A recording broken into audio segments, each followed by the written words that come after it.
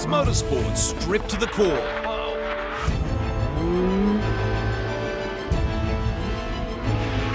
Competition down to earth and flying high.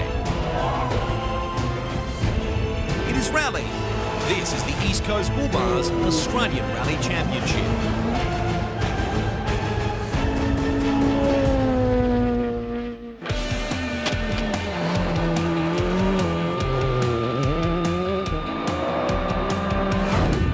Petter, South Australia was a watershed round, the first time back behind the wheel, racing between the huge gum trees that threatened to end his rally career 3 years previously. He couldn't take a heat despite winning several stages. That accolade rested with Eli Evans and Glenn Weston, who in the process broke Possumbourne's continuous round-winning streak, 9 on the trot for the Honda Jazz team.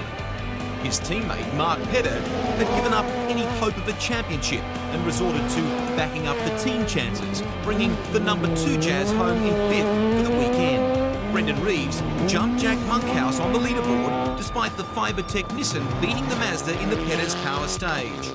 Out on the far Shire roads, the Mazda had his measure, but mechanical issues slowed the Nissan's progress in the end. Tom Wilde gets better and better as the rounds roll on. Not quite able to break into the top 2 in Scouts Rally SA, Wilde and Bill Hayes showed they would be a force in the future. Reliability was less of an issue in South Australia than previously, but the LG Polo of Michael Bowden still couldn't make an impression on the final 5. It was back to the drawing board for Nick Box after landing heavily in the forest and tearing the front suspension out of the 370Z. Steve McKenzie, meantime, had a ding-dong battle in the Ford Fiesta. He might be a 2-litre, but the older model was running neck and neck with Adrian Coppin in the Innate Motorsport R2 spec car. Evans and Petter have a commanding advantage over third-place Tom Wilde. Brendan Reeves is rapidly closing in with consistent performances, leading Jack Monkhouse to round out the fastest 5 at the halfway point in the championship. In manufacturer terms, it's Renault that leads Honda by a nose.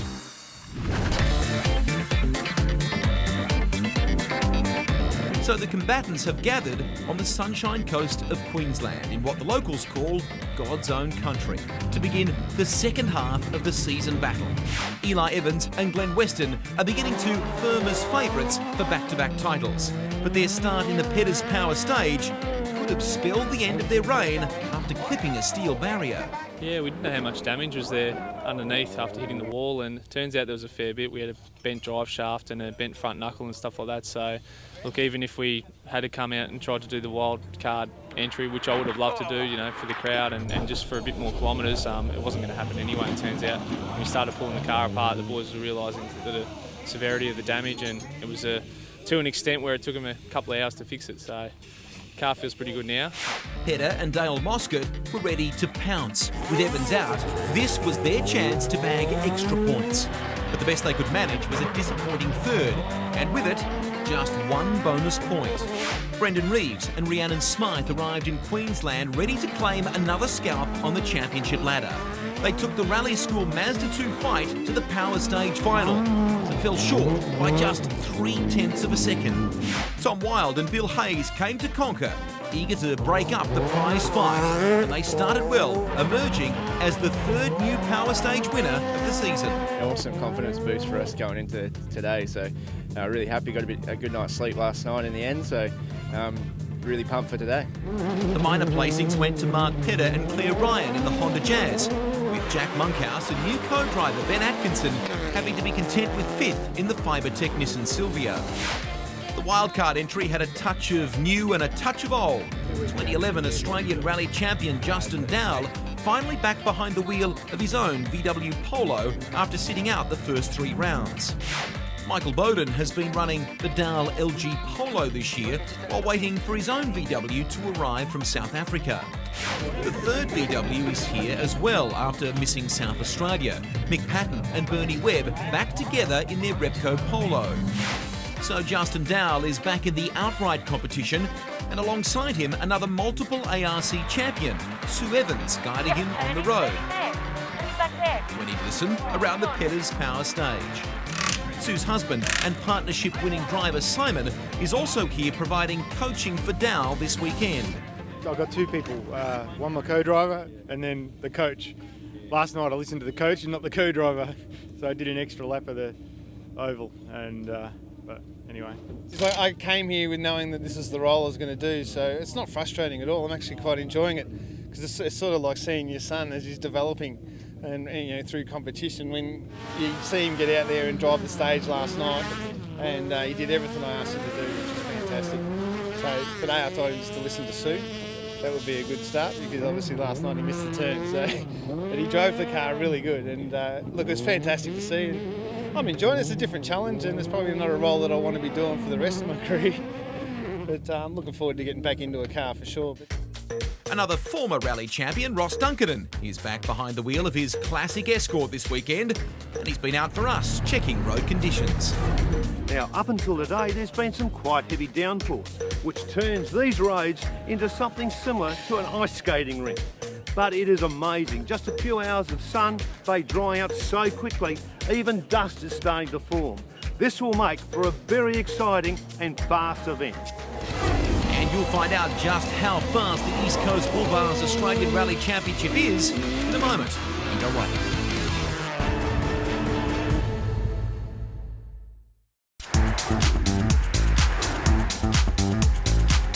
The Sunshine Coast might be what this part of Queensland is best known for, but an hour to the west, nestled in the Mary Valley, is Kittlesworth. In the heart of fertile farming land, this tiny town of 250 people is also one of the links for new plantation forests scattered across the region. This morning it's hosting the start of the fourth round of the East Coast Bullbars Australian Rally Championship. This rally is revered by drivers for its rough roads and tricky terrain. Queensland's tough. It's going to be, I think between the trees it's going to be greasy, and in the open stuff it's going to be really grippy and really fast. Yeah, I don't mind Queensland. It's quite rough and technical, so it's not always the fastest car that wins, and last year we sort of had a bit of a go in the mud, as you saw, and won the first stage by 35 seconds and had quite a successful first heat last year. So it's just a case of getting to the finish. It's very rough, like it's probably the roughest roads I've seen. With new co-driver Ben Atkinson alongside, Monkhouse is sixth fastest across SS3, Gibber. Gelling as a team will take time, but time is not on their side. The engine in the Fibertech Nissan Silvia is breathing too heavily to continue. Still, we're only 0.3 off fourth place, which is good. But yes, it's got a terminal piston issue. So unless we can find some pistons this afternoon, that's our weekend. Tom Wilde and Brendan Reeves are marginally faster than Monkhouse across the first 6 kilometres, just a second separating the Rally School Mazda 2 and the Veranda Apartments Renault Clio. Anyway, help. Yep. Good luck. Yep. Nervous anticipation for Michael Bowden and Helen Cheers, debuting their own Polo for the first time on gravel. The Warhope Warrior is fastest of the VWs, leading Mick Patton in the Repco entry by nearly 4 seconds. There is no problem with Justin Dowell taking note of Sue Evans, but the potential of the LG Polo in Dowell's hands is not tested when third gear in the sequential box fails to engage.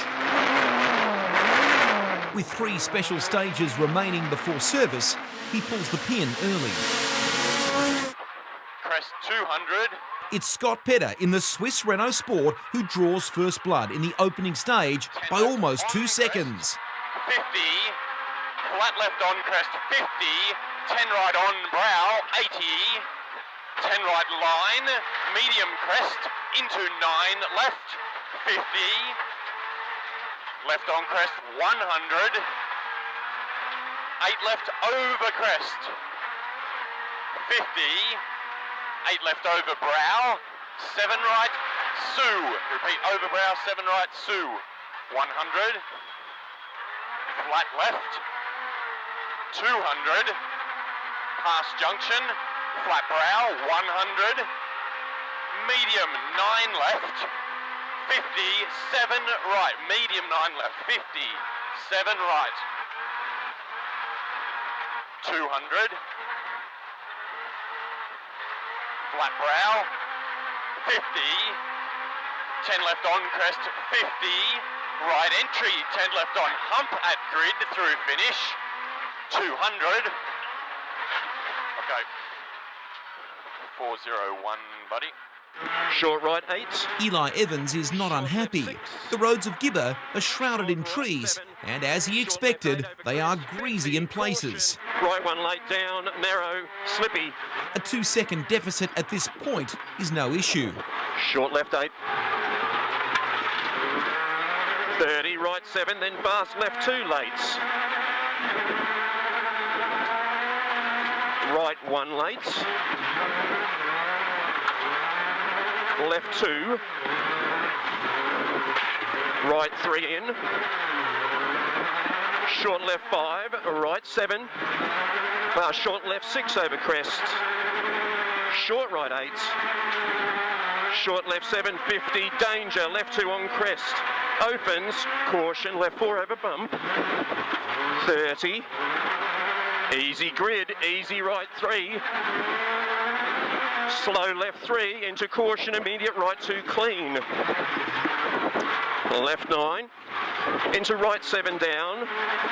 Evans and Glenn Weston turn the tables next stage. Despite grabbing neutral on occasions, they head the field home by 3.5 seconds to give them the early advantage. 6 left.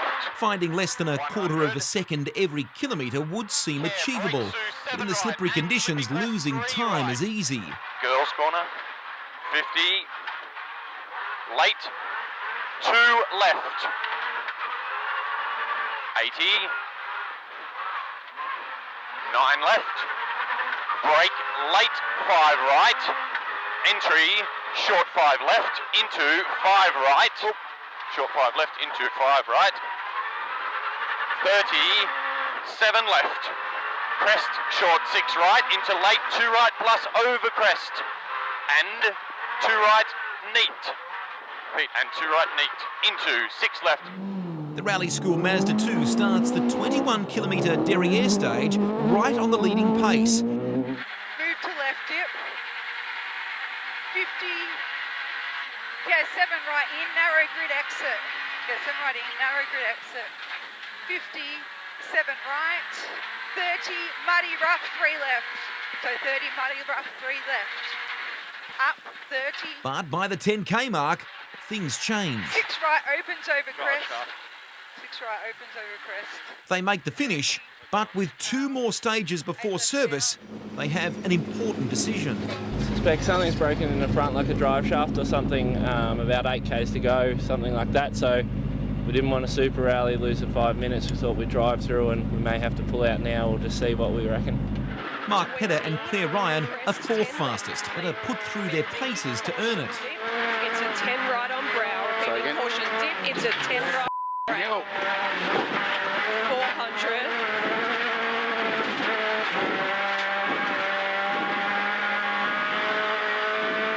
Not once, but twice they experience a heart-in-the-mouth moment.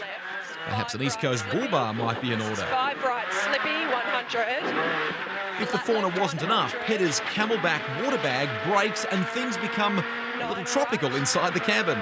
That's one of the more eventful stages I've ever done at an ARC. Windscreen fogged up about 5k in, couldn't see a thing.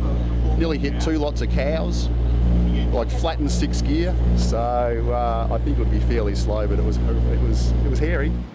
It was a disappointing start for Nick Box, missing the Petter's power stage last night after damaging the car pre-event. But the heavier 370Z is back and covering the rough terrain of the first special stage as well. The All-Stars Garage Nissan is 6 seconds behind Mark Petter. Tom Wilde lifts through the short breakneck south. For the first time, the special stage road opens out from the forest and the Veranda Apartments Renault effortlessly glides across the dry gravel. Medium right 6, neat, opens, 50, left 4, 50, left touch to 7,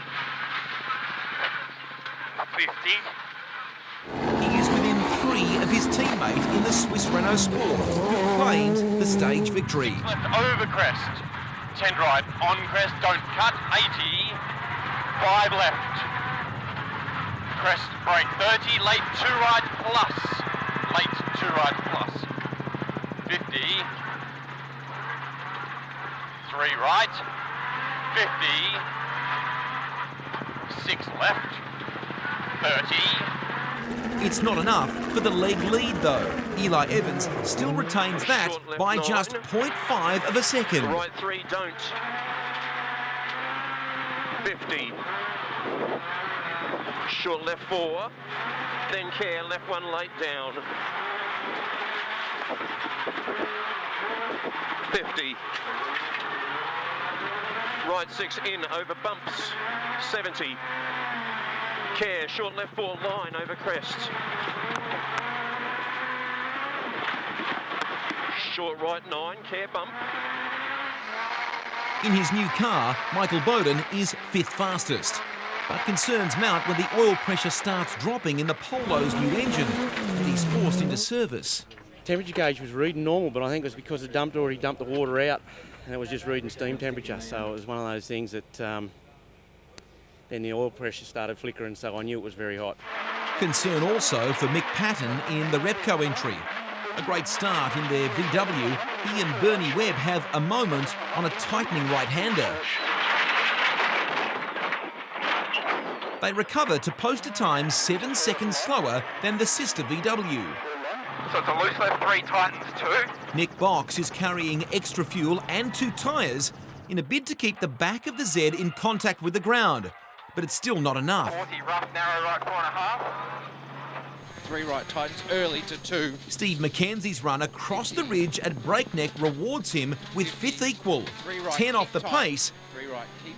But he leads Luke Page and Cameron Sluice in the race for junior honours. The Honda grabs the advantage through Kandanga after Scott Petter drives too conservatively. Tom Wilde is 3rd, but is hampered by the dust of Brendan Reeves, who is struggling through to reach service at the end of this stage. Turn left 5, you wankers. Turn left 5 somewhere. And right 1, 70, be patient, 70. Flat crest.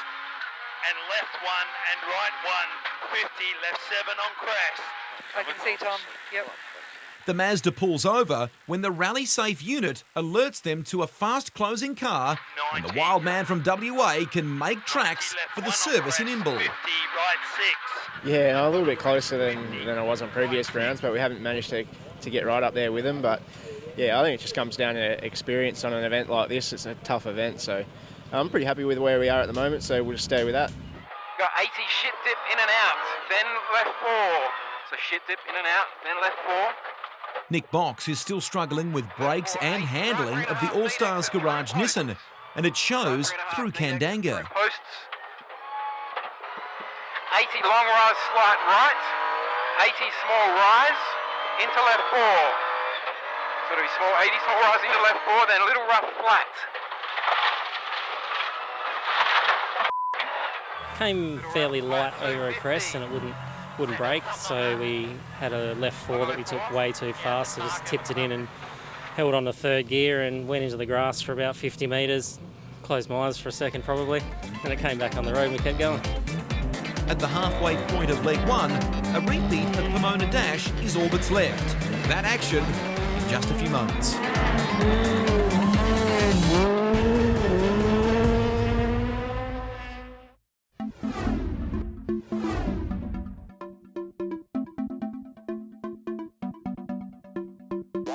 Welcome back to the East Coast Bullbars Australian Rally Championship.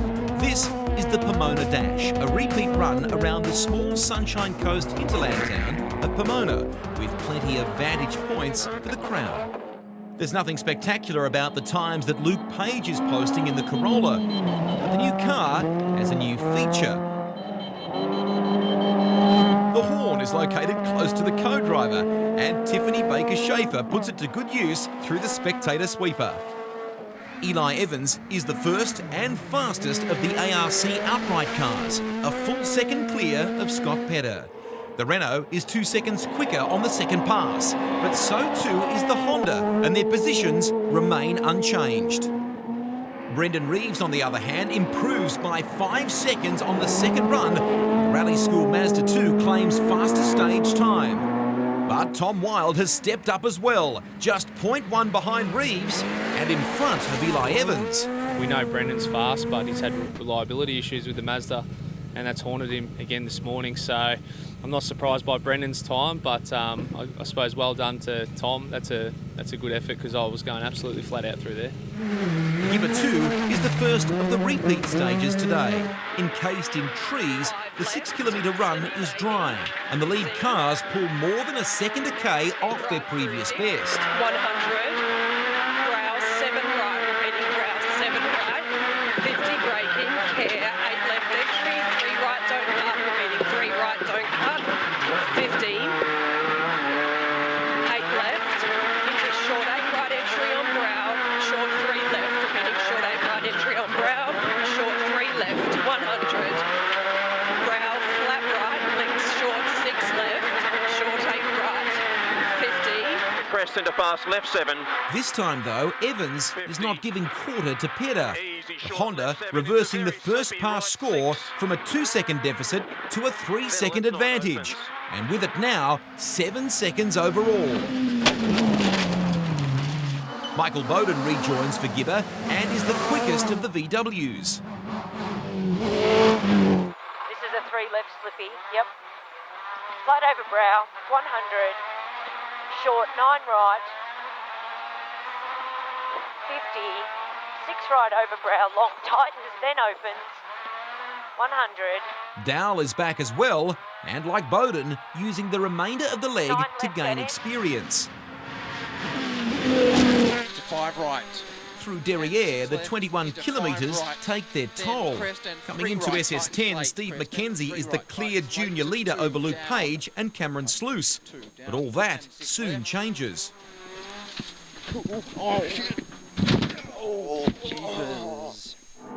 Justin Dowell drops time to Mick Patton. The Repco team is pushing hard, up a place to 6th outright. The battle is over, though, for the Warhope Warrior. The fastest V-dub is still suffering engine overheating, and they retreat to service and an early retirement from the event. Evans and Weston settle the Honda Jazz into a good routine, holding the advantage over the Renault through SS11. Pedder is just not able to match his opponent. Then 8 left short on brow, 30, brow into 6 left, Clay. Into 8 right opens, brake 5 plus left. Then small brow, 30, caution 4 right, medium tightens. The Rally School Mazda is impressive across the repeat run of Breakneck, matching the Swiss Renault Sport. Remember, Reeves and co-driver Rhiannon Smythe completed the first pass of this stage earlier today with a broken drive shaft. So this is their first run at speed. Yeah, and it's hard this afternoon because we hadn't pushed on those stages this morning, so we're sort of driving a bit blind first time over there with the notes, but times have been good. Justin Dowell picks up his pace through 11, 6th in stage, ahead of Nick Box in the 370Z. Mark Pedder and Claire Ryan are 5th in the second Honda, but the 8-second gap to the sister Jazz over just 4 kilometres highlights the incredible speed Eli Evans is extracting from the leading 2-wheel drive entry. 100, 4 left, crump 20, long 2 right, so crump 20, long 2 right, narrows, 50.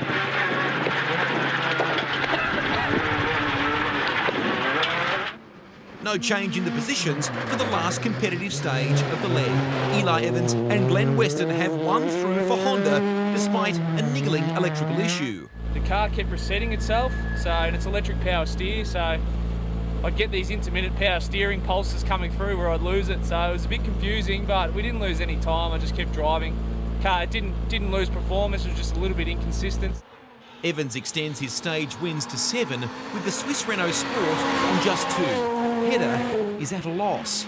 We did some changes to the car at lunchtime, which feel good, but the times have gone down. I mean, I know Eli had a few problems this morning, but he's flying. Nothing we can do. I got no answer. Can't go faster than that, unfortunately, in this car. Brendan Reeves is again on the road in front of Tom Weil, but this time there is no dust issue. Reeves is 3rd across the stage and jumps Mick Patton to 7th outright. Wild and Hay settle for 4th in stage, 3rd for the leg and safe. The more important issue is tyre management. What we did this afternoon, we saved the tyres, so we ran on the ones we did this morning, and we thought there's not much of a battle today, so there's no point wasting tyres. So we'll go out and use fresh ones tomorrow.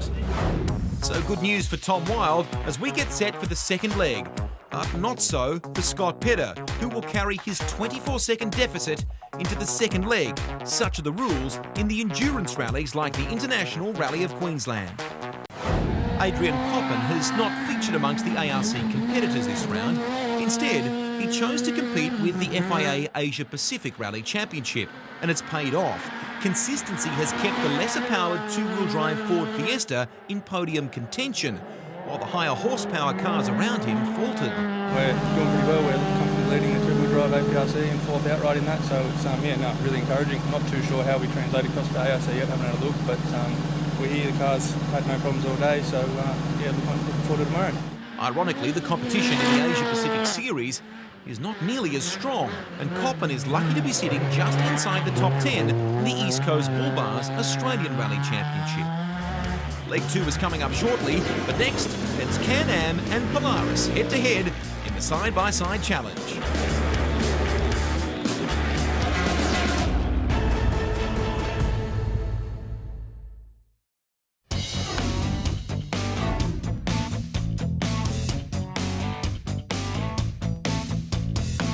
Welcome back to the International Rally of Queensland here on the Sunshine Coast. The Australian Side-by-Side Challenge moved into its second full round of competition this weekend with a full field of Polaris Razors and Can-Am Mavericks. In the red corner was Cody Crocker representing Polaris, while in the yellow corner was another former ARC competitor, Michael Guest, representing Can-Am. The first season of competition had been a frustration for Guest with a machine that by his own admission was not equal to the Polaris. But this year, the new Can-Am Maverick has changed all that. Guest and co-driver David Green blasted out of the blocks to record the first stage win of the event, 5 seconds clear of their rivals. Caution fast K right long over the crest. It was a Polaris in second, but not Crocker as expected. Ian Hughes from Tamworth dead heated for second with Nathan Shivers, a convert from Polaris to Can-Am in the off-season. 9 left 50, late 7 right. Cody Crocker responded next stage though and opened up an 18-second gap. Turn 9 left 75, left mid 80. 5 left clip 50. 4 right. Michael Guest wasn't out of the mix though. His time through SS5 was just 0.3 behind the side-by-side leader. Small flat crest and flat bridge 50. Easy right into small flat crest. Come on baby, up the hill. 70, easy right long. Into brake, left entry turn unseen, K left half long.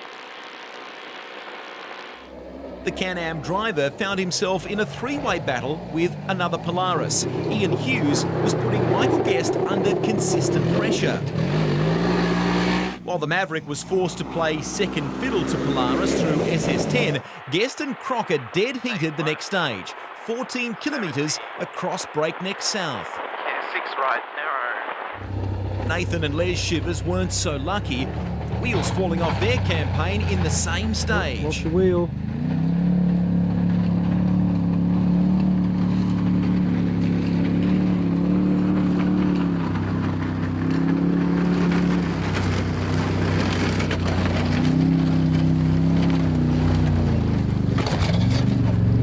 You're trying to say that we're enjoying this? Not that. What happened? Dearie me. Good question. We've lost a wheel for some reason with the brake caliper gone. Let's just sheet off there. 2 new faces in the side-by-side challenge this round, Chris Roche for Polaris and Joel Batt for Can-Am. The Polaris newbies settled in well without incident and finished the first leg in 4th and within a respectable 90 seconds of the more experienced Can-Am driver. Roche's decision to join the side-by-side challenge was made just 3 weeks earlier after he and co-driver Adam Green had a dare to compete. A couple of hasty calls to the ARC and Polaris, and the pair who have previously raced offshore powerboats made the start by minutes, not hours, and without any chance to complete recce. Their times were down as a result, but the pair successfully completed their first day behind the wheel and were chasing down pace notes for Leg 2. The results were immediate. The Polaris rookies quickly came to terms with the advantage of knowing the road ahead. Nathan Shivers had all 4 wheels back on the Can-Am, grabbing 3rd through the rough opening million special stage. Michael Guest started Leg 2 like Leg 1, with a win, but by the narrowest of margins over Cody Crocker in the Red Razor. When they get that thing sorted, and it's pretty hard to get it, just right, they'll be on the pace. And even this morning, I think he's beaten us on the first stage by 0.3 of a second. So he talks about he's been held back, but I think he's going pretty flat out. Well, the only issue we have at the moment is a gearing issue, where we're good for about that sort of 110k now. Cody's good for about 127, and if it's a fast open stage, we just can't match them at the moment. But that one was a really technical, twisty, slippery, dangerous, pace-noted stage, what rallying's all about. And we got him by 0.3 of a second, so it's great. And in that normal situation, we're pretty close. It's only when the speeds are really high that we're struggling just a little bit at the moment. But no, car's going great, really enjoying it. He and David Green didn't enjoy the next stage though, when the Maverick suffered the same fate as Nathan Shivers. But this time it was terminal. Line 70, fast medium left, tight. Whoa! Hang on! Oh, he's dead! We broke a wheel or something. The Maverick out for the remainder of the rally. If Cody Crocker thought he could relax, Ian Hughes had other ideas. The ARB Tamworth team came within 4 seconds of a win on SS17. But the former Australian Rally champion prevailed for a 1-2 finish for Polaris, with the Can-Am of Joel Batt a credible 3rd on debut. Up next, all the action from Heat 2 of the East Coast Bullbars Australian Rally Championship.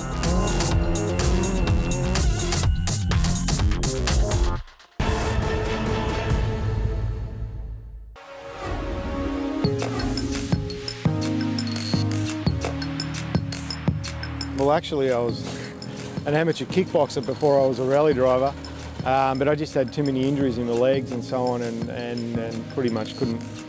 I needed to take a break from that, and I had to do something.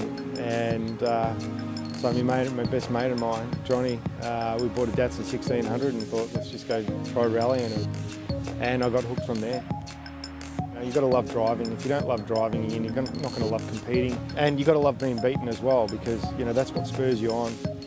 I'm incredibly impressed with how fast that Scott and Eli and Wildy and Brendo are driving, because they're almost competing with international factory drivers in factory Scooters, which is just ridiculous. It shouldn't be doing that. So it just shows the strength and the quality of the rally drivers in Australia. I'm not a natural rally driver. This is what I love to do, and I try as hard as I can, but I have to work on it. I need tuition. I need guys like Simon Evans to help me, show me what I'm doing wrong, because I can't naturally figure that out myself. So I can be taught and I can learn. My natural ability gets me so far, but I need help to get that extra, step. And it's accepting that, or swallowing a hard enough tablet to turn around and say, I need help if I'm going to beat these guys. I can't help what other people think, whether it's good or bad. I can only, focus on what I do and what I love to do, and that's the sport. And that car. Having Simon back in the championship maybe next year is going to make it that little bit harder, but if I can learn from the best, I can become the best. And so the more time I spend with him, the better I'll become as a driver. Simple as that. An interesting insight there into one of Australian rallying's most passionate supporters, Justin Dowell. Jack Monkhouse did manage to find pistons in Brisbane yesterday, and after a huge night of support in service, the Fibertech Sylvia is back in the game. It's a fantastic feeling to have all these guys behind you, and And like you look at the bonnet on a car, and 95% of logos on this car are generated through social media, and people that can't help out a huge amount. We don't have a massive corporate backing, but it's lots of little people which get us these rallies, and I need to try and refund the support they've given me. I just feel terrible about it, but it's just, yeah, we're not cutting corners or not trying to shortcut stuff. It's just motorsport can be tough at times. Overnight rain has changed the tyre strategy. I was actually going to try and take out the hards this morning, but when I saw the rain on the way out, I thought, oh no, safe bet's the medium. I think everyone will be on the same tyre, so it's not going to come down to tyre choice now. Everyone will be on the same one, so it's going to come down to setup and commitment in the wet stuff. They might be on the same tyre, but there's a whisper around that the Renault team is trying something different, reversing the tyre on the rim. Considering the amount of tyres, we don't have many options of tyres, so but you know, we can reverse tyres and do all sorts of things with them to make the things work, so it's good. So the inside edge of the tyre is designed as a steering edge. It's where a lot of the cars get their steering groove from when they lean on the tyre. The tyres are designed to throw the gravel out of the tyre and the loose mud and things out of the tyre as they go around a corner. So if you reverse the tyre on the rim, you're actually putting a bigger block on the outside edge, which will prevent the tyres from cleaning themselves. So I would expect to see those cars that have swapped the tyres on the rims to have less traction this morning. But I think you're right. I think the top teams are so close that they're looking for any little edge they can get. Eli Evans is first car on the road. The canopy cover through the first half of the Million stage backs the decision for the softer compound tyre. Still, as first car on a new stage, Evans must sweep the loose gravel from the surface. Short right 7 over crest, caution. Easy left 6, tightens 3, late down. Caution, easy left 6, tightens 3, late down. 50, dip. 120. Care, slight crest into right 5, over crest in. Caution long. Out in the open, through the new plantation section of Million, the road is drier. As always, Queensland is a compromise on tyre size and compound. Short 4. That was really neat. I was happy with that, so it felt good. So if the boys are going to beat that, then they're going to be pushing a bit harder. So, you know, that'd be a good job to them. But we're feeling pretty good. 80. Pedder is pushing hard. 30. 6 left. Tightens 4 at junction. 80. Flat causeway. 200. 6 right over crest. Continues for 100. 50. Medium 6 left. Like leg 1, he and Dale Moscott lead the field across the rough 15 kilometres of forest. Set-up changes to the car overnight have made a difference, and Pedder is flying. Left on crump. 100. Wow, that is, wow. Yeah, that's unbelievable. I don't think the wheels touched the ground for most of the stage.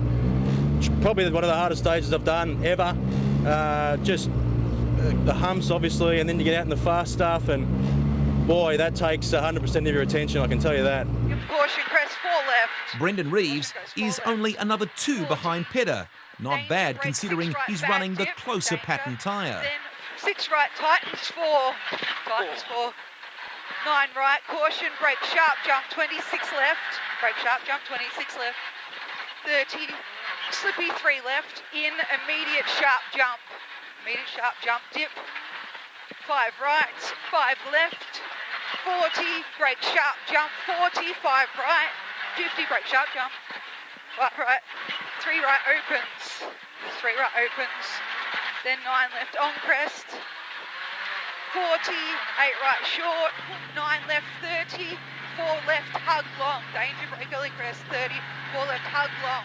Out in the open, though, the drier roads play into his hand, and it's enough to elevate the Rally School Mazda 2 into 5th outright, ahead of Nick Box. 9 right on crest, brake early 40, 6 left over 40, brake early 40, 6 left over 40, tightens 4.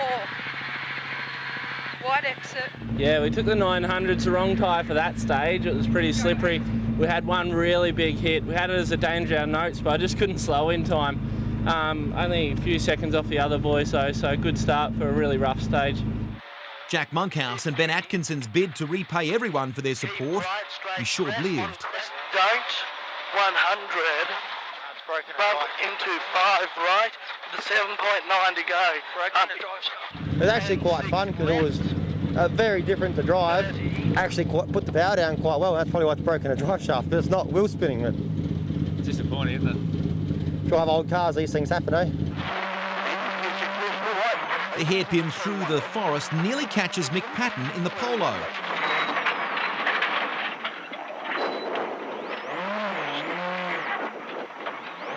But he and Bernie Webb recover to place 6th in stage. Well, 50 down, 5 left. Here's 5 left. And 7 right, bump on exit. And the 7 right, bump on exit. Becomes 7 short. Rejoining this morning, Justin Dowell is eager to use leg 2 to gain experience behind the wheel of his LG Polo. But he damages the steering on the same jump as Brendan Reeves. You're okay. No comment. This power steering broke as far as I'm concerned. The power steering broke after you landed it on its nose. Yeah. In Justin's defence, a lot of the jumps coming into it that we really cautioned actually weren't as bad. And I think he got sucked into the thinking, oh, well, even though we cautioned the last few, they were great, this one will be all right. And it was all bad. So. Yeah. With a better top speed, Eli Evans claims back the stage win through Mitchell Creek. The Honda maxed out in 6th gear for more than 90 seconds. Flat brow again, 200. The Renaults have no answer. Their gearing means they fall short by nearly 11 kilometres an hour. 80. Flat right, 300. Joining Pandanga. Yep, crest 80. 10 left continues over 300.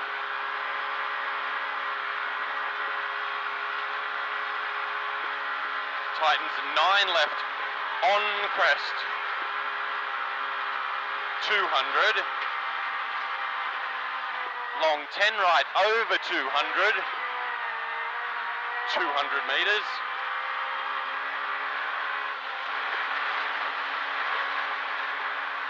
Left over crest.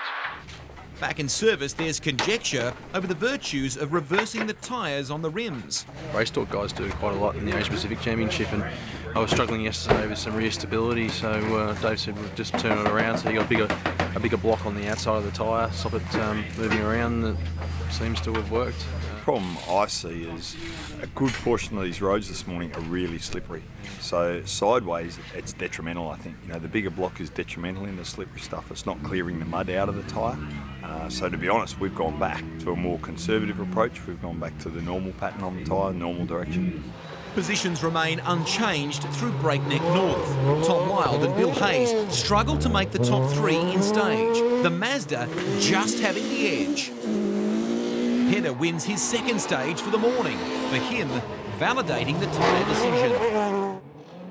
Derriere reverse is another win for the Renault. At 21 kilometres in length though, the 2-second margin is a low return for such an effort. The Honda is always close. Easy left 7 caution, links too late, very slippy.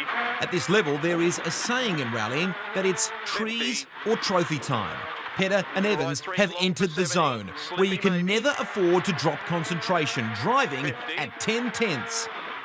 Through the short, Gibber reverse, the Honda slides wide. 50, right 9. It might account for Wild sneaking in front by 1, but the other Renault Sport is 3 seconds further in front.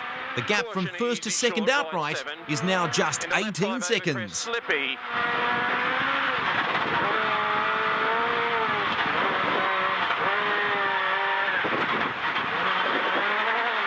Right 8s. 50, far short right 7 over slight crest. 120. Crest 50. Right 9 over crest care tightens far short 7 line. Then fast left 8 over crest. 50, far short left 8 line. Scott's doing well.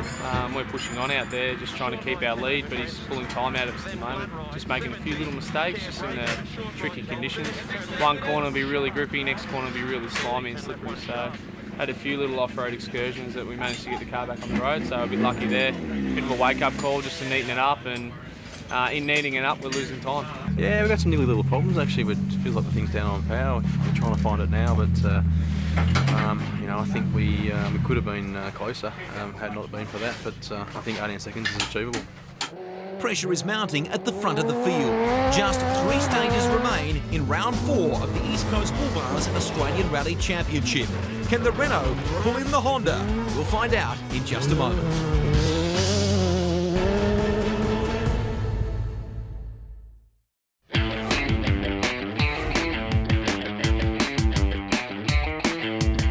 Welcome back to the East Coast Bullbars Australian Rally Championship, coming to you from the International Rally of Queensland.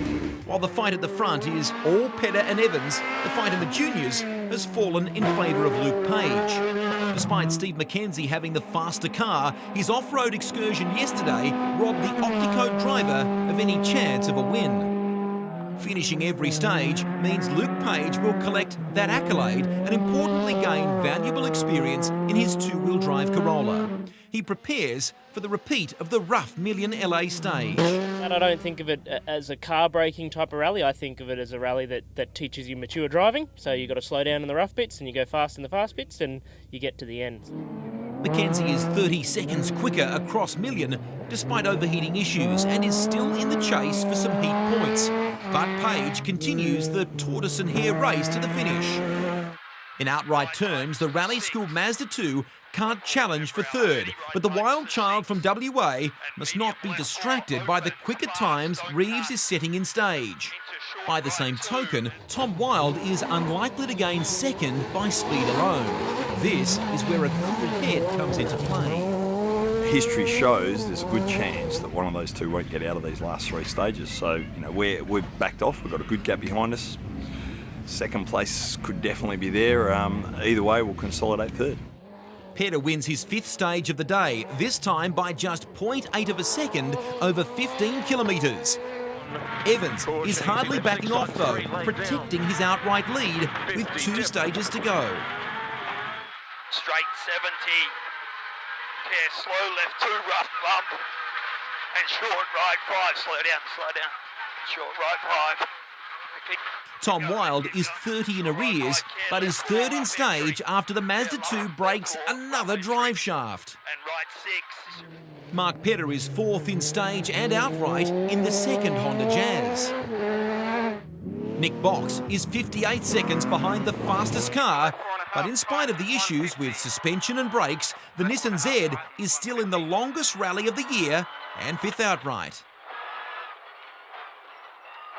150 brake, rough entry jump, then brake before grid post 40, slippy caution left 4 dip bridge. So brake before jump, then brake before grid post 40 caution, slippy left 4 dip bridge. The Repco Polo is the sole remaining VW running, with Mick Patton finishing just in front of the Nissan through Million, eager to secure an event finish. Just need to make sure we tick a few more boxes and come back in and big smiles on our face and finally finish another rally, which is the main goal this weekend. The main goal for Scott Pedder, though, is to beat Eli Evans and win the rally. But that's proving more difficult than he figured. 10 right, crest 30, 6 left, Titans 4 at junction. You've got to be on the money. I mean, this is world-class pace right now. You know, it's pretty fast, and you know, as the times comparison to the Asia Pacific guys, you know, S2000, we're beating S2000 cars on stages, which we shouldn't be doing. So you know, all we can do is just push on and to this afternoon and hope that we can have a good result. Medium 7 left, neat, 50, 2 right, up, 50, 5 right, don't cut, 50, oh no, that's straight, good, don't go back. I'm going to be bogged here.